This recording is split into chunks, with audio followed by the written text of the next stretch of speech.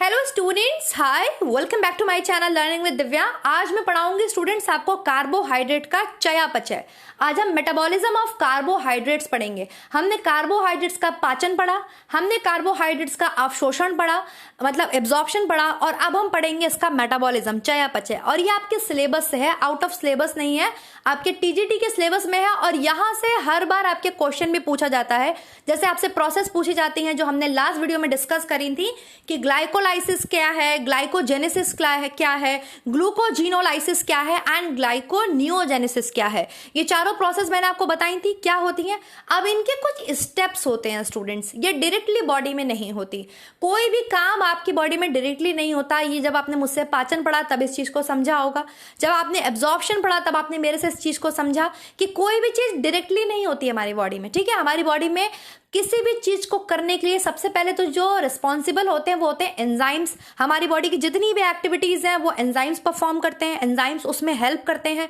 तो जब आप कार्बोहाइड्रेट लेते हैं तो आप जटिल फॉर्म में लेते हैं। ठीक है, आप क्या लेते हैं, स्टार्च फॉर्म में लेते हैं। देन फिर वो आपके बॉडी में डाइजेस्ट होता है, डाइजेस्ट होने के बाद फिर उसका एब्जॉर्प्शन होता है, फिर वो आपके कहाँ पहुंचता है, एब्जॉर्ब होने के बाद ब्लड के थ्रू सेल्स में पहुंचता है। अब चूंकि जो सेल्स होती हैं हमारी बॉडी की, ये सबसे इंपॉर्टेंट पार्ट होती हैं हमारी बॉडी का। भाई यही सारे के सारे न्यूट्रिएंट्स को लेती हैं, सेल एनर्जी के फॉर्म में लेती हैं कार्बोहाइड्रेट्स, तभी तो हमारी बॉडी काम कर पाती है। इसके अलावा हमारी बॉडी तो सेल्स की ही बनी हुई है ना, कोशिका की ही बनी हुई है ना। और प्रोटीन को लेती हैं ये सेल फॉर्मेशन के लिए, टिश्यू फॉर्मेशन के लिए, मतलब कोशिका के निर्माण के लिए, तंतुओं की टूट फूट की मरम्मत के लिए प्रोटीन्स को लेती हैं, फैट्स को लेती हैं एनर्जी के लिए। इसके अलावा और भी बहुत सारे फंक्शंस होते हैं फैट के, वाटर बैलेंसिंग करना, इन सब के लिए यूज करती हैं। तो ये तो आपको पता है, ये मेजर एलिमेंट्स हैं, इनका यूज सेल करते हैं। जब हम बात करते हैं स्पेशली कार्बोहाइड्रेट्स के चयापचय की, तो कार्बोहाइड्रेट का मेटाबॉलिज्म कैसे होता है, हमने लास्ट वीडियो में कुछ स्टेप्स कुछ प्रोसेस पढ़ी थी कि ग्लूकोलाइसिस क्या है, मतलब ग्लाइकोलिसिस क्या है, ग्लाइकोजेनेसिस क्या है, ग्लूकोनियोजेनेसिस क्या है, ठीक है, एंड ग्लूकोजीनोलाइसिस क्या है। आपने इसके बारे में समझा, आपने इसके अर्थ को समझा। जब हम कार्बोहाइड्रेट के चयापचय की बात करते हैं तो सबसे पहले हमारी बॉडी में जो हमने ग्लूकोज लिया, जो डाइजेस्ट हुआ, फिर एब्जॉर्ब हुआ, अब सेल के पास पहुंचा है। तो ऐसा नहीं होता स्टूडेंट कि सेल उसको डायरेक्टली यूज कर ले कि आओ आओ ग्लूकोज, आओ हमको एनर्जी दो, आ जाओ। ऐसा नहीं होता। बहुत सारे एंजाइम्स काम करते हैं उस एब्जॉर्ब्ड ग्लूकोज को भी यूज करने के लिए। बहुत सारे एंजाइम्स काम करते हैं, क्योंकि ग्लूकोज से क्या मिलेगी हमें, ऊर्जा मिलेगी, एटीपी मिलेगी, एनर्जी मिलेगी।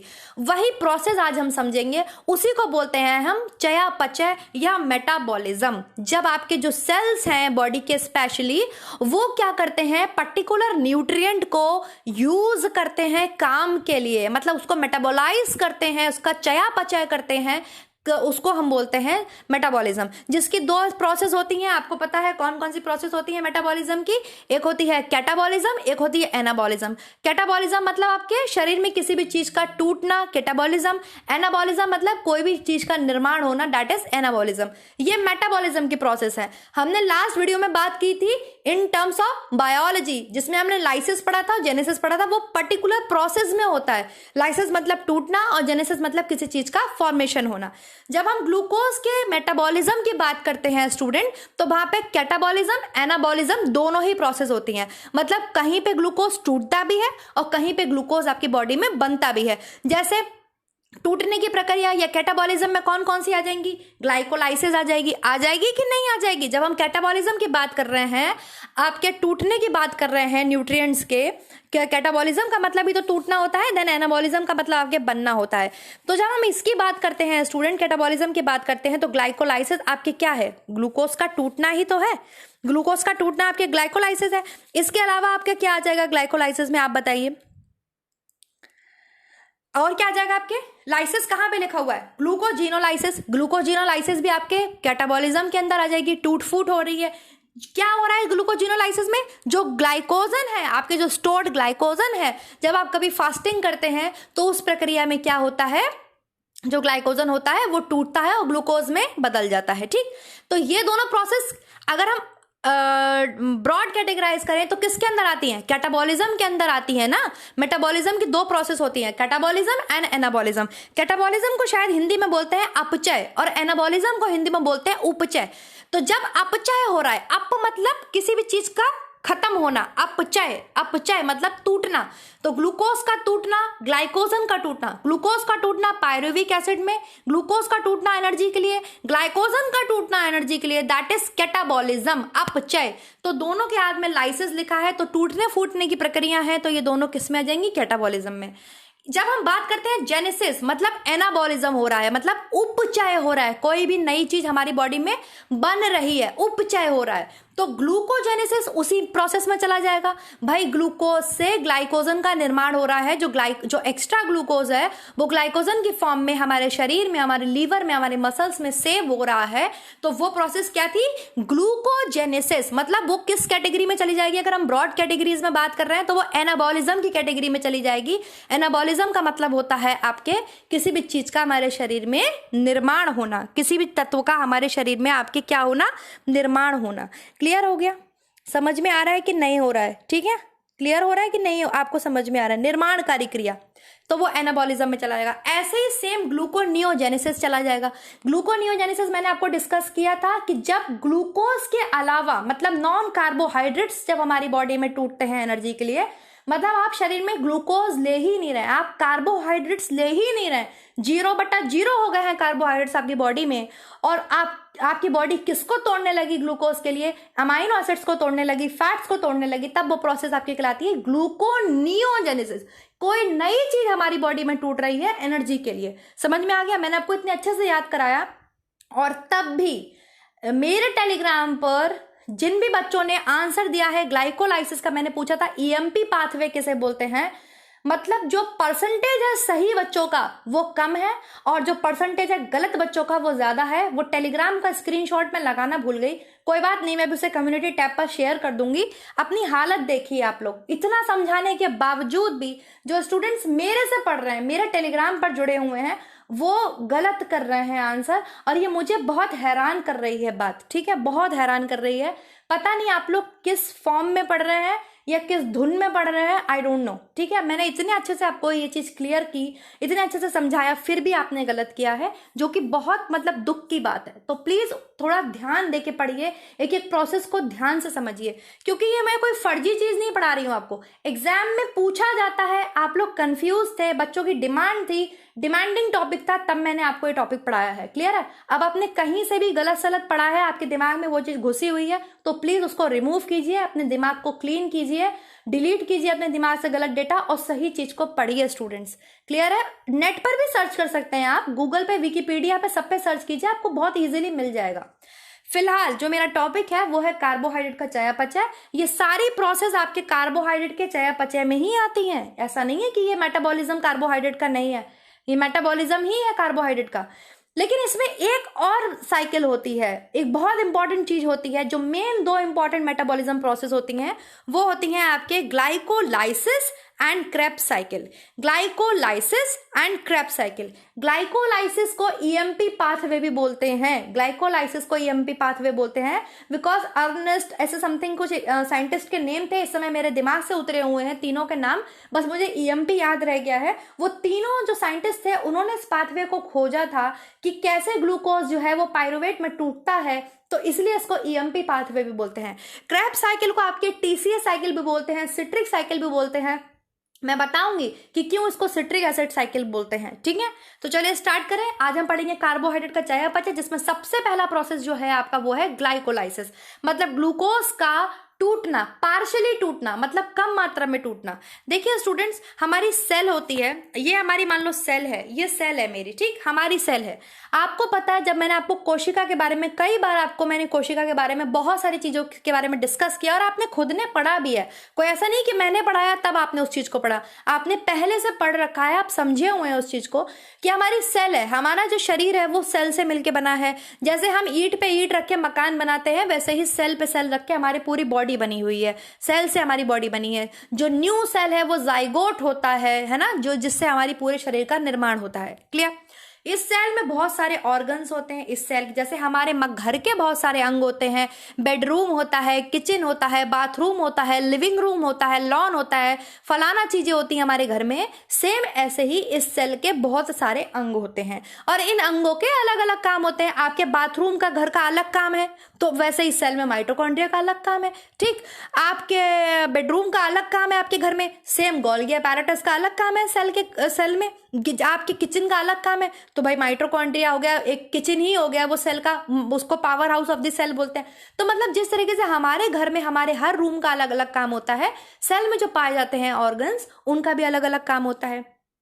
एक चीज बहुत इंपॉर्टेंट होती है सेल में, साइटोप्लाज्म भरा होता है, इसमें एक जीव द्रव्य भरा होता है। जीव द्रव्य बिल्कुल क्लियर हो रहा है, ऐसा द्रव्य जिसमें कोई भी पदार्थ जीवित रहे तो उसको हम बोलेंगे जीव द्रव्य, है ना। जब हम उसको संधि विच्छेद करें तो या उसका हम जो है मीनिंग निकालें, तो ऐसा पदार्थ, ऐसा द्रव्य जिसमें कोई भी जीवित पदार्थ जीवित रहे उसको हम बोलेंगे जीव द्रव्य। उसको इंग्लिश में बोलते हैं साइटोप्लाज्म।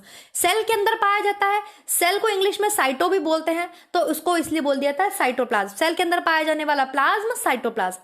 जो ग्लाइकोलाइसिस होती है ना, जब ग्लूकोज आया, मान लो ये ग्लूकोज आ रहा है, ये ग्लूकोज आ रहा है, मैं फिर से बनाती हूँ, ये हमारी सेल है और इसमें क्या भरा है, साइटोप्लाज्म भरा है। क्या भरा है, साइटोप्लाज्म भरा है और फिर उसमें बहुत सारे अंग हैं सेल के। ये ग्लूकोज आ रहा है ग्लूकोज एब्जॉर्ब हो चुका है, ब्लड में फ्लो होता हुआ आ रहा है। ब्लड में फ्लो होता हुआ कहाँ आ रहा है ग्लूकोज, ब्लड में फ्लो होता हुआ ग्लूकोज आया साइटोप्लाज्म में। जैसे ही ग्लूकोज साइटोप्लाज्म में आता है, यहां पर प्रोसेस होती है आपके ग्लाइकोलाइसिस की। कौन सी प्रोसेस होती है, ग्लाइकोलाइसिस की, क्योंकि ग्लाइकोलाइसिस के प्रोसेस में ऑक्सीजन की जरूरत नहीं होती है, इसलिए जो ग्लाइकोलाइसिस जो प्रक्रिया होती है वो आपके एरोबिक और एनारोबिक दोनों में होती है। क्लियर है, एरोबिक और एनारोबिक। एरोबिक वो होते हैं जिनमें ऑक्सीजन की जरूरत होती है, एनारोबिक वो श्वसन होता है जिसमें ऑक्सीजन की जरूरत नहीं होती है।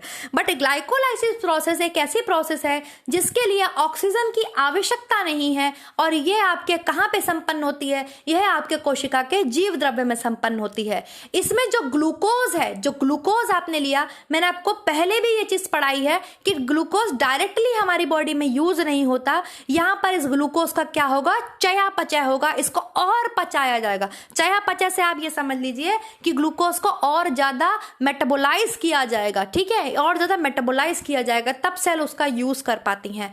तो साइटोप्लाज्म में क्या होता है, मैंने आपको बताया था कि इस ग्लूकोज को यूज करने के लिए साइटोप्लाज्म आपके 4 एटीपी का निर्माण करते हैं, जिसमें 2 एटीपी खर्च हो जाते हैं ग्लूकोज को पाइरूवेट में कन्वर्ट करने के लिए। मैंने आपको बहुत रफली समझाया था, एकदम रफली समझाया था। आज मैं आपको स्टेप्स बताऊंगी, क्योंकि नेट में, एलटी ग्रेड में, इन सब जगहों पे मेरा जो चैनल है वो केवल टीजीटी के लिए नहीं है, मेरा चैनल पीजीटी के लिए भी है, नेट के स्टूडेंट्स के लिए भी, सभी के लिए। मैं केवल टीजीटी को लेके नहीं चल रही हूँ, मैं सभी को लेके चल रही हूँ। और पीजीटी में ये पूछा जा सकता है, आपके टीजीटी में पूछा जाता है, डायरेक्टली पूछ लिया जाता है कि वो किस में कन्वर्ट होता है, पाइरूवेट में कन्वर्ट होता है, किस में कन्वर्ट होता है। तो आपको एटलीस्ट स्टेप्स तो पता हो कि किस में कन्वर्ट होता है, भले ही आप उसे मत याद रखना, और जो याद रखना चाहते हैं बढ़िया है, वो याद रख सकते हैं। तो क्या होता है, जब ग्लूकोज हमारे साइटोप्लाज्म में आ जाता है, ग्लूकोज जैसे ही सेल के पास पहुंचा, साइटोप्लाज्म जो भरा होता है, जो जीव द्रव्य भरा होता है, इसमें ग्लूकोज का आंशिक टूटता है। ग्लूकोज इसमें मतलब पार्शली मेटाबॉलिज्म होता है। ऐसा नहीं है कि पूरा का पूरा साइटोप्लाज्म में ही ग्लूकोज टूट गया और जैसे हमारे ब्लड में कोई चीज न्यूट्रिएंट एब्जॉर्ब हो जाता है तो ऐसे ही ग्लूकोज पूरा जो है वो सेल ने ले लिया, ऐसा नहीं होता है। यहां पर ग्लूकोज का आंशिक रूप से अपघटन होता है। आप लिखते चलिए, पार्शली मेटाबॉलिज्म होता है ग्लूकोज का साइटोप्लाज्म में, मतलब थोड़ी ही मात्रा में होता है।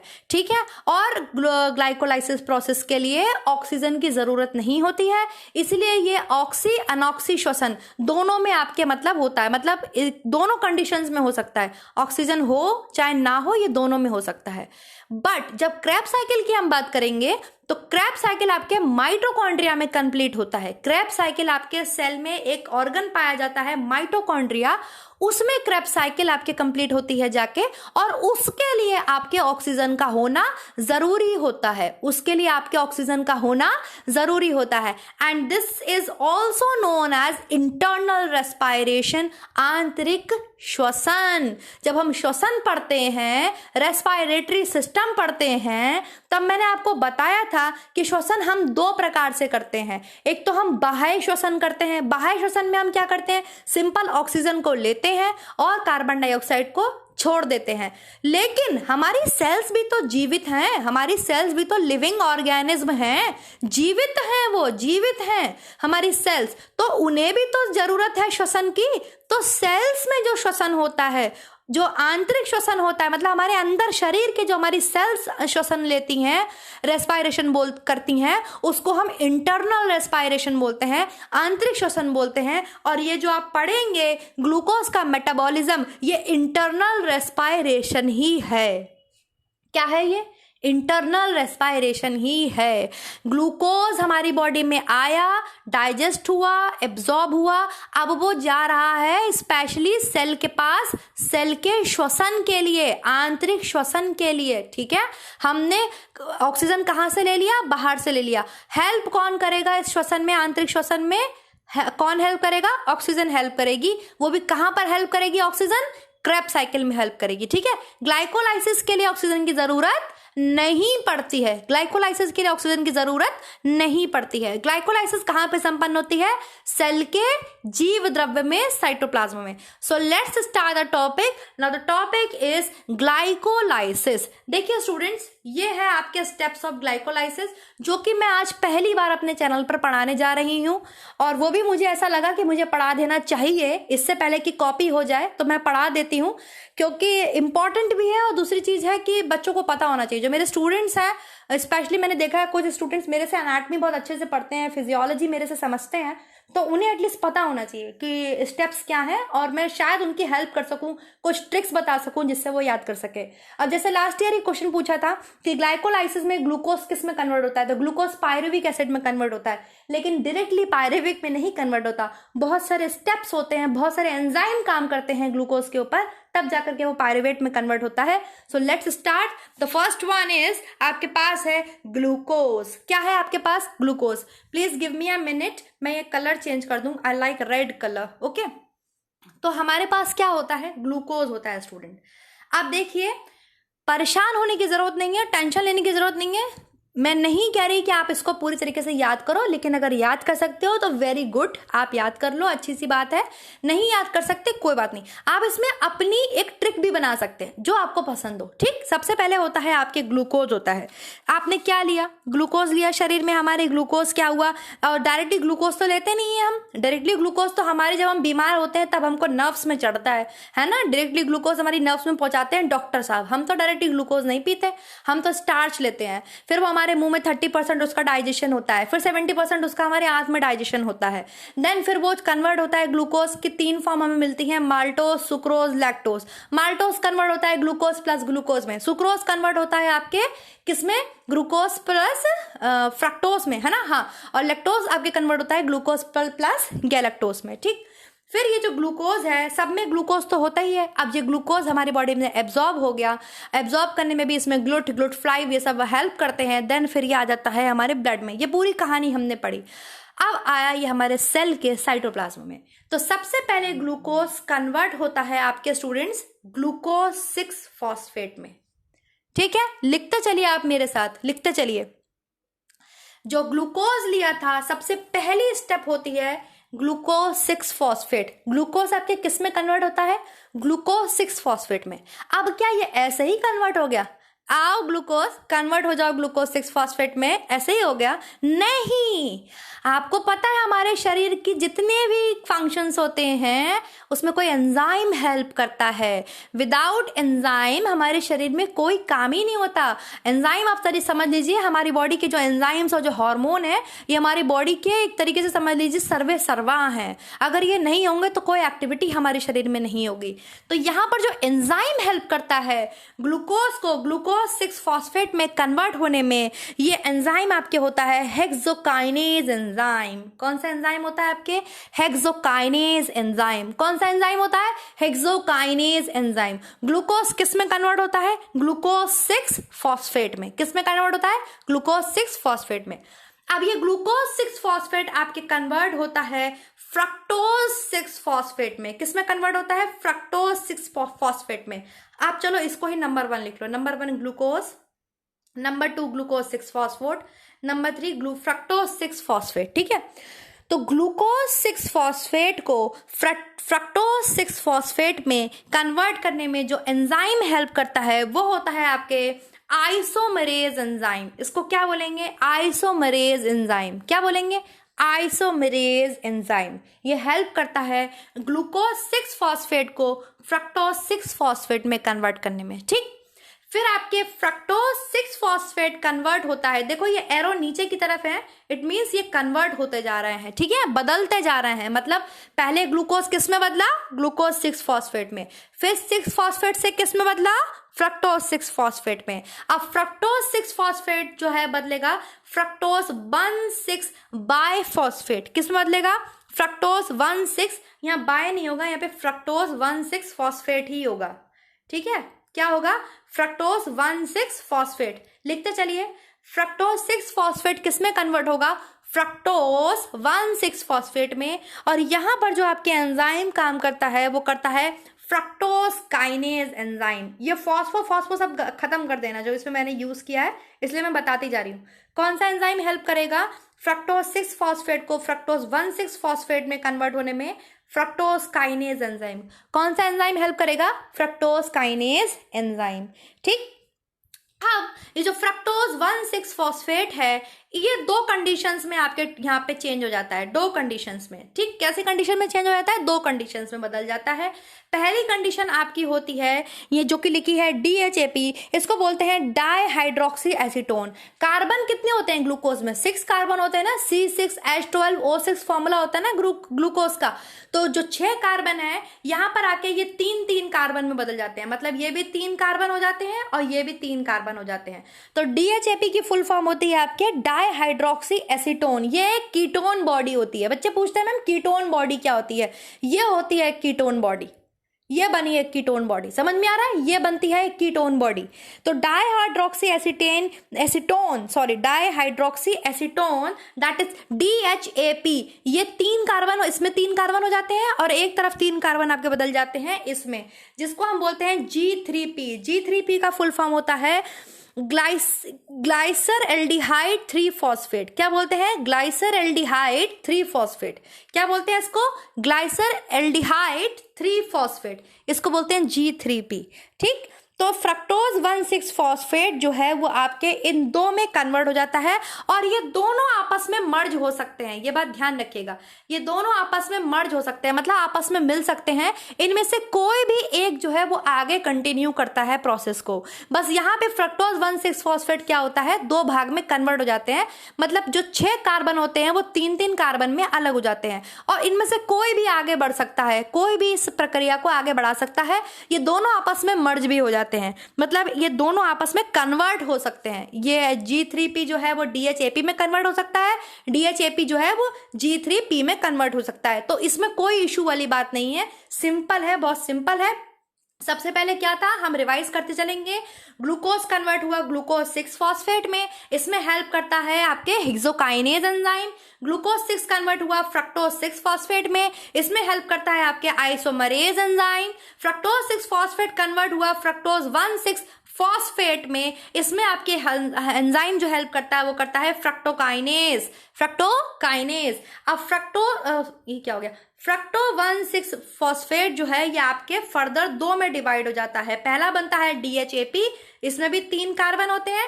दूसरा बनता है G3P, इसमें भी 3 कार्बन होते हैं। तो DHAP जो है वो आपके एक कीटोन है, इसका फुल फॉर्म होता है डाईहाइड्रोक्सी एसीटोन। और जो आपके G3P है वो है ग्लाइसर एल्डिहाइड 3 फॉस्फेट, इसकी फुल फॉर्म होती है ग्लाइसर एल्डिहाइड 3 फॉस्फेट।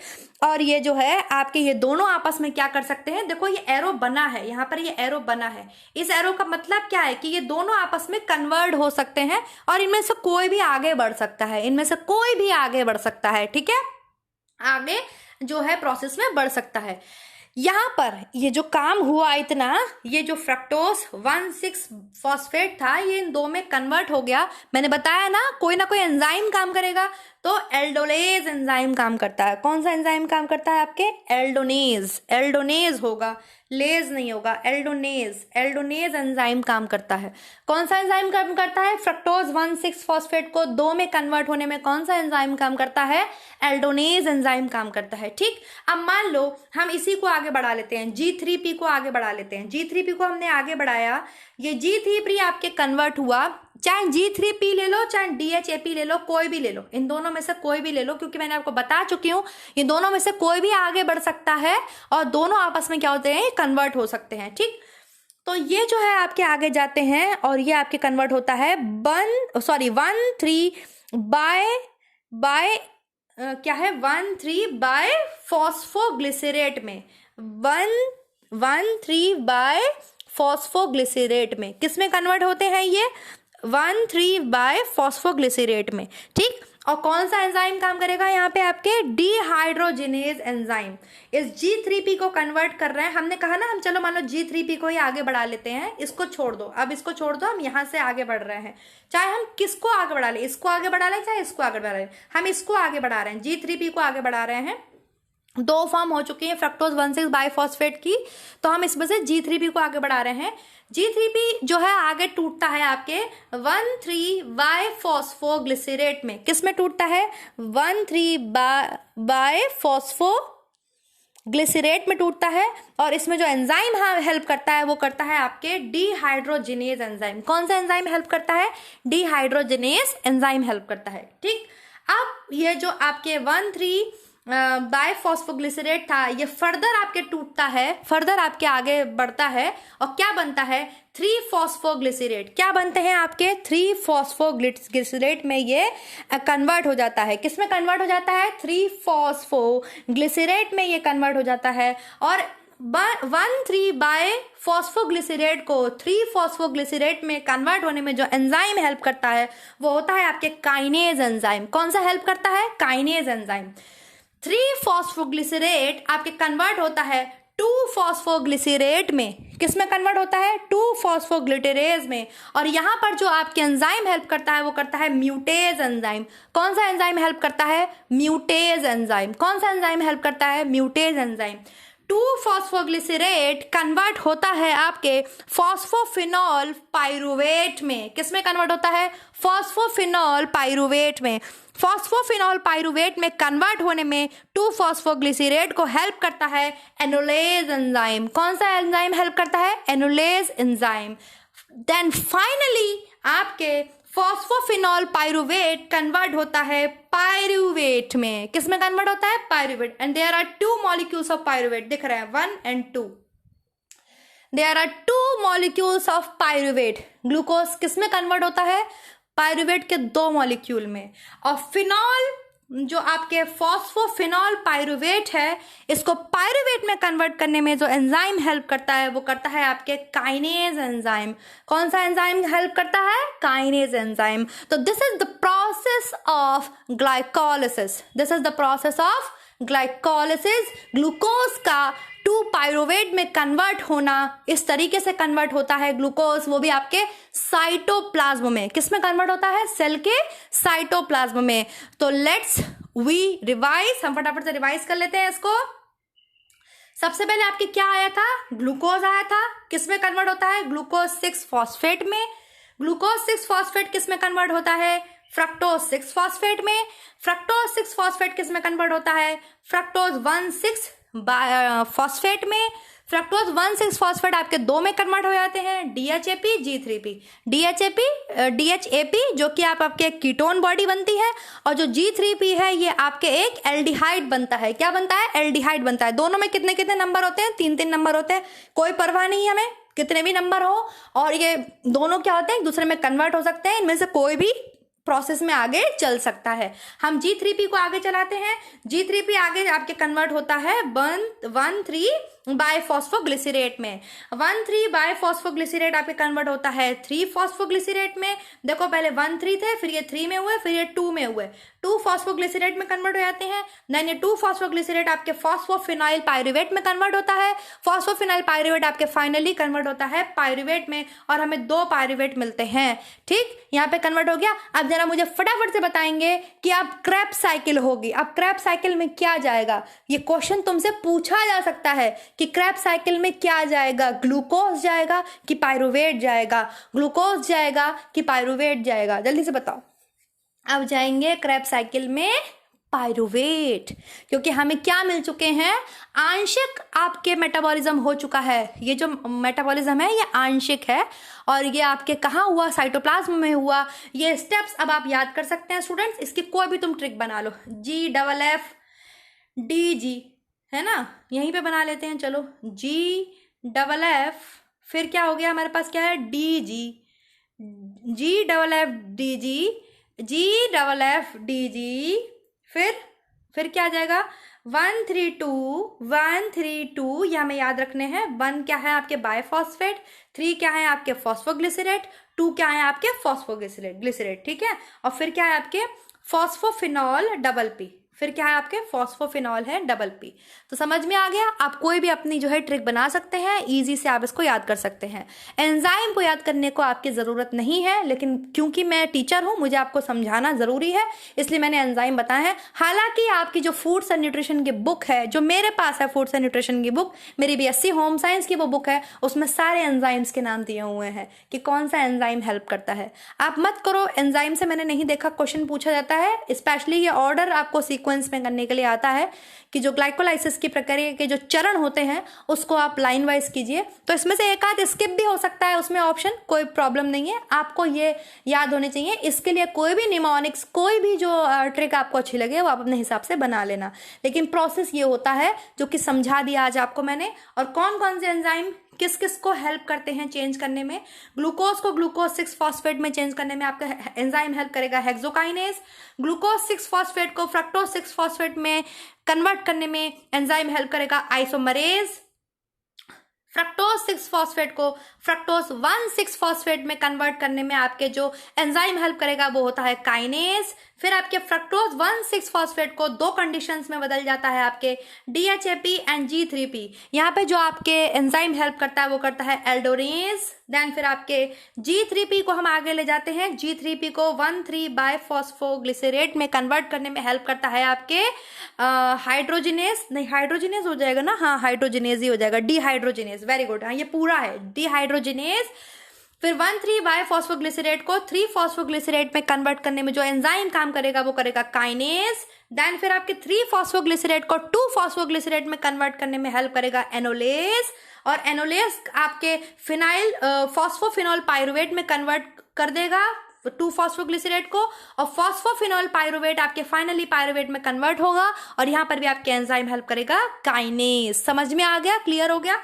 तो आराम से अपना निमोनिक बना सकते हैं आप लोग, कुछ भी निमोनिक्स बना लीजिए। मैंने तो ऐसे बना लिया है, मैंने क्या बना लिया है, 2G 2F। कौन कौन है हमारे पास, 2G है, 2F है, फिर क्या है, फिर DG है, फिर कौन है हमारे पास, फिर DG है, 2G 2F DG, 2G 2F DG। Then फिर कौन है, 3 है, 2 है, 1 है और डबल P है।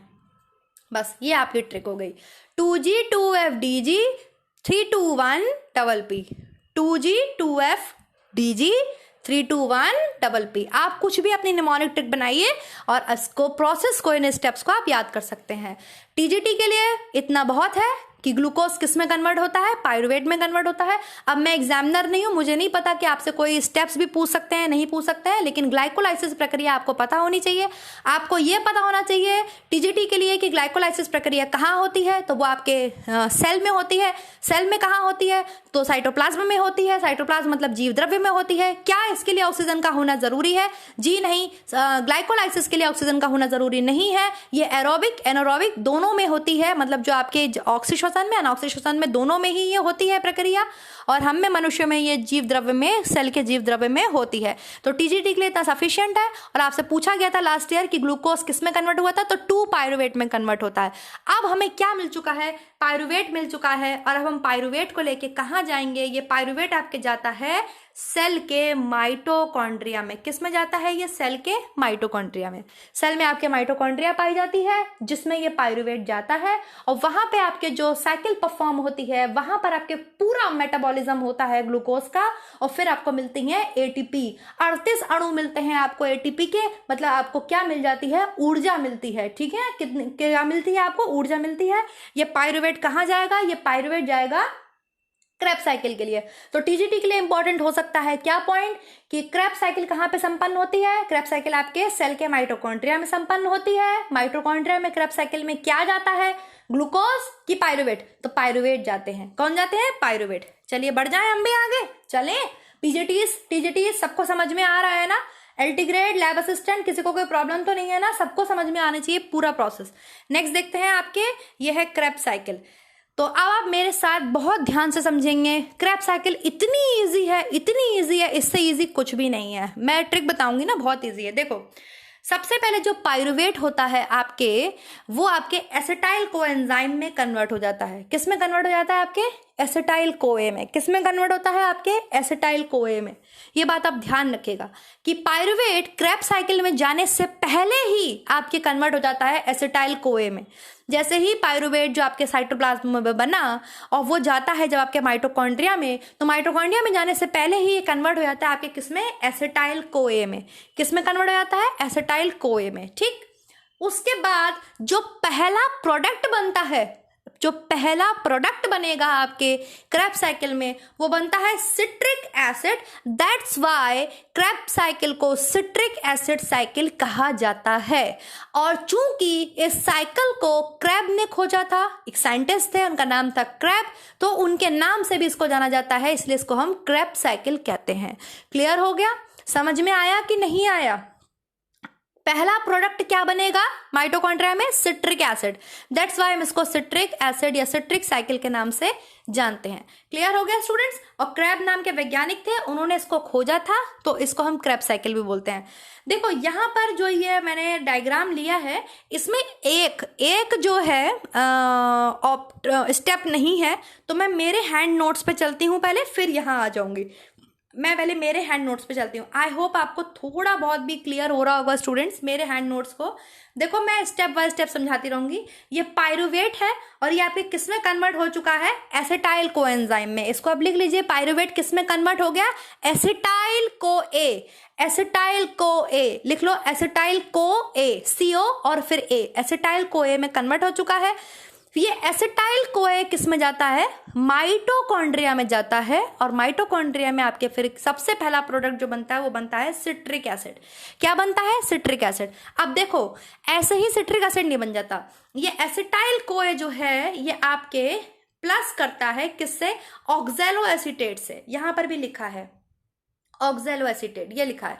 ये एसिटाइल कोए जो है, जब ये ऑक्सैलो एसीटेट के साथ प्लस करता है, तब यहां पर सिट्रिक एसिड बनता है। क्या बनता है, सिट्रिक एसिड बनता है। ये साइकिल है पूरी स्टूडेंट्स, ये ऐसे कंटिन्यू चलती रहती है साइकिल। ठीक, तो ये एसिटाइल कोए जो जब आता है माइटोकॉन्ड्रिया में, तो सबसे पहले ये ऑक्सैलो एसीटेट के साथ क्या करता है, जुड़ता है, और फिर ये सिट्रिक एसिड पहला प्रोडक्ट बनाता है। क्लियर है, समझ में आ रहा है। यही चीज मैंने अपने नोट्स में लिखी है, देखो।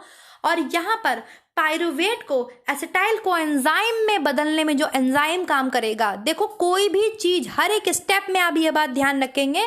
जहां मैं बता रही हूं कि ये चीज इसमें कन्वर्ट हुई, तो कन्वर्ट कैसे हुई, कौन से एंजाइम ने काम किया, ये दिमाग में रखना। ये मत समझना कि कोई भी स्टेप ऐसे ही हो जाएगा, हर एक एंजाइम काम करेगा। ठीक है, तो पायरुवेट को एसिटाइल कोएंजाइम में कन्वर्ट करने के लिए जो एंजाइम काम करता है वो होता है पायरुवेट डिहाइड्रोक्सीजिनेज एंजाइम। कौन सा होता है, पायरुवेट डिहाइड्रोक्सीजिनेज एंजाइम। एक नाम याद कर लो, डिहाइड्रोक्सीजिनेज एंजाइम। इस पूरे क्रेब्स साइकिल में यही एंजाइम काम करेगा। कौन सा एंजाइम काम करेगा, पूरा एंजाइम ये डिहाइड्रोक्सीजिनेज ही एंजाइम काम करेगा। बस एक जगह एंजाइम का नाम बदला है, केवल एक जगह वो यहाँ पर बदला है, वो मैं आपको बता दूंगी और उसकी भी ट्रिक बता दूंगी, बहुत ईजी है। पहले हम समझ लेते हैं, ठीक है। तो आपको समझ में आया पायरुवेट किस में कन्वर्ट हुआ, एसिटाइल कोएंजाइम में, सिट्रिक एसिड के लिए, टीसीए साइकिल के लिए, क्रेब्स साइकिल के लिए। और एसिटाइल कोएंजाइम किसके साथ आपके जुड़ जाता है, ऑक्जेलो एसीटेट के साथ जुड़ जाता है। और जैसे ही ऑक्जेलो एसीटेट के साथ जुड़ता है तो एक दूसरा एंजाइम काम करता है, वो होता है सिंथेटेज। कौन सा एंजाइम होता है, सिंथेटेज। सिंथेटेज एंजाइम क्या करता है, एसिटाइल कोएंजाइम को ऑक्जेलो एसिड के साथ जोड़ता है और इसको कन्वर्ट कर देता है सिट्रिक एसिड में। किस में कन्वर्ट कर देता है, सिट्रिक एसिड में। तो हमको पहला प्रोडक्ट क्या मिला, पहला प्रोडक्ट हमको मिलता है सिट्रिक एसिड। इसीलिए टीसीए साइकिल, क्रेब्स साइकिल को सिट्रिक एसिड साइकिल भी बोलते हैं, ठीक। अब ये सिट्रिक एसिड आपके कन्वर्ट होता है आइसोसिट्रेट में। किस में कन्वर्ट होता है, आइसोसिट्रेट में। और इसको कन्वर्ट करने में जो एंजाइम है, मैंने आपको बोला यहां पर आपको केवल एक एंजाइम याद करना है, सॉरी 3 याद करना है स्पेशली। पहला तो आपको डिहाइड्रोक्सीजिनेज एंजाइम याद हो जाना चाहिए, दूसरा आपको सिंथेटेज एंजाइम याद हो जाना चाहिए। सिंथेटेज इसलिए याद हो जाना चाहिए क्योंकि सिंथेटेज जो है वो क्या करता है, एसिटाइल को ऑक्जेलो एसीटेट के साथ जोड़ता है और फिर उसको सिट्रिक एसिड में कन्वर्ट करता है, सिंथेटेज एंजाइम, ठीक। सिट्रिक एसिड को आइसोसिट्रेट में कन्वर्ट होता है सिट्रिक एसिड, और आइसोसिट्रेट को सिट्रिक को आइसोसिट्रेट में कन्वर्ट होने में हेल्प करता है डिहाइड्रोक्सीजिनेज। फिर आइसोसिट्रेट, ये दूसरा हो गया। आइसोसिट्रेट आपके कन्वर्ट होता है ऑक्जेलोसक्सिनेट में। किस में कन्वर्ट होता है, ऑक्जेलोसक्सिनेट में। और कौन हेल्प करता है, डिहाइड्रोजिनेज एंजाइम, ठीक। ये तीसरा बन गया। ऑक्जेलोसक्सिनेट आपके कन्वर्ट होता है अल्फा कीटो ग्लूटारेट में। किस में कन्वर्ट होता है, अल्फा कीटो ग्लूटारेट में। पहला क्या था, सिट्रिक एसिड, दूसरा क्या था, आइसोसिट्रेट, तीसरा क्या था, ऑक्जेलोसक्सिनेट, चौथा क्या बना आपके, अल्फा कीटो ग्लूटारेट। तो ऑक्जेलोसक्सिनेट को भी अल्फा कीटो ग्लूटारेट में कन्वर्ट करने में जो एंजाइम हेल्प करता है, डिहाइड्रोक्सीजिनेज। क्लियर है। अल्फा कीटो ग्लूटारेट आपके कन्वर्ट होता है सक्सिनाइल कोए में। किस में कन्वर्ट होता है, सक्सिनाइल कोए में। सेम एंजाइम, कौन सा, डिहाइड्रोक्सीजिनेज एंजाइम, ठीक। आपके फोर्थ ये बना, फिफ्थ बना सक्सिनाइल कोए। सक्सिनाइल कोए आपके कन्वर्ट होता है सक्सिनेट में। बस यहीं पर एक और आपको एंजाइम याद रखना है, क्रेब्स साइकिल में 3 एंजाइम याद रखना है, डिहाइड्रोक्सीजिनेज। पहला कौन सा था आपके, क्या नाम था उसका, मैं भी दिमाग से हो गया, सिंथेटेज और डिहाइड्रोक्सीजिनेज। और एक यहां पर आपको याद करना है थायोकाइनेज। क्या याद करना है, थायोकाइनेज। अच्छा बताओ एस के बाद क्या आता है, PQRS टी। तो जब सक्सिनाइल कोएंजाइम सक्सिनेट में कन्वर्ट होता है तो कौन सा एंजाइम हेल्प करता है, थायोकाइनेज। और थायोकाइनेज में क्या लगा है, टी। तो एस को एस में कन्वर्ट करने में कौन हेल्प कर रहा है, टी हेल्प कर रहा है। बस इतना आपके लिए ट्रिकी हो गया होगा, इजी हो गया होगा। तो सबसे पहला हम देखते चलेंगे, सबसे पहले क्या बनता है आपके, सिट्रिक एसिड बनता है, फिर आइसोसिट्रेट बनता है, फिर ऑक्जेलोसक्सिनेट बनता है, फिर अल्फा कीटो ग्लूटारेट बनता है। चिंता मत करना, मैं ट्रिक बताऊंगी। फिर सक्सिनाइल कोए बनता है, फिर सक्सिनेट बनता है, फिर फ्यूमेरेट बनता है, फिर मैलेट बनता है, और फिर फाइनली 9th आपके ऑक्जेलो एसीटेट बनता है। ये वही ऑक्जेलो एसीटेट है जिसके साथ कौन जुड़ा था, आपके एसिटाइल कोए जुड़ा था। पायरुवेट पहले किस में कन्वर्ट हो जाता है, माइटोकॉन्ड्रिया में जाने से पहले एसिटाइल कोएंजाइम में कन्वर्ट हो जाता है। ये एसिटाइल कोए जो है आपके, ये ऑक्जेलो एसीटेट के साथ जुड़ता है जिसमें हेल्प करता है सिंथेटेज हेल्प करता है। और जो पहला प्रोडक्ट बनता है टीसीए साइकिल में, वो क्या बनता है, सिट्रिक एसिड बनता है, ठीक है। अब देखो हमें क्या क्या मिला, यहाँ पर देखो मेरी ट्रिक देखना, हमें ट्रिक में क्या क्या मिला, हमें मिला CI, क्या मिला, CI, फिर OK, फिर क्या मिला, हमें O मिला, और यहाँ का K मिला, अल्फा कीटो ग्लूटारेट का आप K ले लेंगे, ठीक। फिर क्या मिला, हमें 2 S मिले, डबल S, और फिर क्या मिला हमें, FMO, क्या मिला, FMO, fumarate, malate, oxaloacetate. हर चीज को आप एक निमोनिक बना के अपने दिमाग में फिट कर सकते हैं। अब देखो मेरा नाम CI है, तुम्हारा नाम SS है। क्या नाम है तुम्हारा, नाम SS, मेरा नाम क्या है, CI, मेरा नाम क्या है, CI, मैं कौन हूं, CI, तुम कौन हो, SS। तुमने मुझसे पूछा, एक छोटी सी चीज याद रखो, तुमने मुझसे पूछा CI तुम कैसी हो, मैंने कहा ओके। तुमने पूछा CI तुम कैसी हो, मैंने कहा ओके, कैसी हूं मैं? ओके। फिर तुम्हारा नाम क्या है? एसएस। मैंने कहा एसएस तुम कैसी हो? तुमने कहा फिर मैं भी ओके। बस यहाँ पे के नहीं है, यहाँ के साइलेंट है, के नहीं है, के साइलेंट है। तुमने कहा फिर मैं भी ओके। मतलब तुम मेरी इतनी अच्छी बेस्ट फ्रेंड हो, इतनी अच्छी बेस्ट फ्रेंड हो कि अगर मैंने ओके बोल दिया तो तुम भी क्या बोल रही हो? फिर मैं भी ओके। तो मेरा नाम क्या है? CI। तुम्हारा नाम क्या है? SS। तुम्हारा नाम क्या है? SS। तो तुमने मुझसे पूछा क्या थी हमारी ट्रिक, हम फटाफट से लिखेंगे CI ओके। बस ट्रिक याद रखो, SS TM FM, फिर मैं भी FMO। फिर से लिख लेते हैं, फिर से लिखेंगे CI OK SSFMO। मेरा नाम क्या है? CI। तुम्हारा नाम क्या है? SS। तुमने पूछा CI तुम कैसी हो? मैंने कहा ओके। ठीक। मैंने पूछा SS तुम कैसी हो? तुमने कहा फिर मैं भी ओके, फिर मैं भी ओके। तो C से क्या? सिट्रेट, I से आइसोसिट्रेट, CI हो गया। फिर ओके आएगा मतलब आपके ऑक्सैलोसक्सिनेट। कैसे आएगा? अल्फा कीटो ग्लूटारेट, कीटो ग्लूटारेट। फिर SS आएंगे सक्सिनाइल कोए, फिर सक्सिनेट, सक्सिनाइल कोए देन सक्सिनेट। सक्सिनाइल कोए को सक्सिनेट में कन्वर्ट करने में एक T से एंजाइम हेल्प करेगा, क्योंकि S के बाद T आता है, वो है थायोकाइनेज। ठीक। फिर क्या आ जाएगा? मैंने SS तुम कैसी हो? तुमने कहा फिर मैं भी ओके। तो F से क्या है? फ्यूमेरेट, M से मैलेट और O से ऑक्जेलो एसीटेट। यहाँ पे 2 बार ऑक्जेलो O है, तो पहला वाला O आपको बता रहा है ऑक्जेलो सक्सिनेट, क्योंकि सक्सिनेट की तरफ चल रहे हैं हम, और ऊपर वाला है ऑक्जेलो एसीटेट, क्योंकि ये आपके एसिटाइल कोएंजाइम के साथ काम कर रहा है। दैट्स वाई यहाँ पे है ऑक्जेलो एसीटेट, और नीचे क्या है? ऑक्जेलो succinate. So I hope students आपको समझ में आया होगा। अब हम इसको छोड़ के पिक्चर्स पे चलते हैं जो हमने बताया। सबसे पहले क्या था? Citrate CI। यहाँ पे इन्होंने वो वाला जो एक O वाला जो था, ओके में जो O था, वो इन्होंने स्टेप गायब कर दिया है। कोई बात नहीं है, तो हम अपनी बना लेते हैं CI OK। फिर मैंने क्या कहा? SS तुम कैसी हो? तुमने कहा फिर मैं भी ओके। ठीक है पूरे स्टेप सारे वही स्टेप है। C से सिट्रेट्स, पहला स्टेप बनेगा सिट्रेट, फिर आइसोसिट्रेट, फिर ऑक्जेलोसक्सिनेट, फिर आपके क्या बनेगा? अल्फा कीटोग्लूटारेट, और फिर आपके क्या बनेगा? सक्सिनाइल कोएंजाइम, फिर बनेगा सक्सिनेट, फिर सक्सिनेट आपके किस में कन्वर्ट होगा? फ्यूमेरेट, मैलेट और ऑक्जेलो एसीटेट। आई होप ये आपको क्लियर हो गई होगी क्रेब्स साइकिल। और फाइनली हमको मिलता है क्या? 38 अणु ATP मिलते हैं, और हमारे शरीर को क्या मिलती है? एनर्जी मिलती है। तो this is the metabolism of carbohydrates, जो कि आपके हुआ सबसे पहले होता है ग्लाइकोलाइसिस, जिसमें ग्लूकोज कन्वर्ट होता है 2 पायरुविक एसिड में। ये पायरुविक एसिड आपके जाता है माइटोकॉन्ड्रिया में। माइटोकॉन्ड्रिया में जाने से पहले ये एसिटाइल कोएंजाइम में कन्वर्ट हो जाता है। एसिटाइल कोएंजाइम आपके ऑक्जेलो एसीटेट के साथ मिक्स होता है, और आपको जो है सिंथेसिस हेल्प करता है, सिंथेसिस एंजाइम हेल्प करता है, और जो सबसे पहला प्रोडक्ट बनेगा वो बनेगा सिट्रिक एसिड। फिर सिट्रिक के बाद मैं CI हूँ, मैं ओके हूँ, मेरी फ्रेंड SS कैसी है? वो कहती है फिर मैं भी ओके। फ्यूमेरेट, मैलेट, देन आपके ऑक्जेलो एसीटेट। आई होप ये ट्रिक भी आपको काम आई होगी। आई होप ये आपको सेशन पूरा समझ में आया होगा। यहाँ पर हम ग्लाइकोलाइसिस का भी बना चुके हैं trick, 2G2F DG, 2G2F DG, then 132, then PP। बहुत इजी है, 132 PP। ऐसा तो है नहीं ना कि जब भी आपको स्टेप अरेंज करने के लिए आएगा तो 132 गायब कर देंगे, ऐसा हो ही नहीं सकता।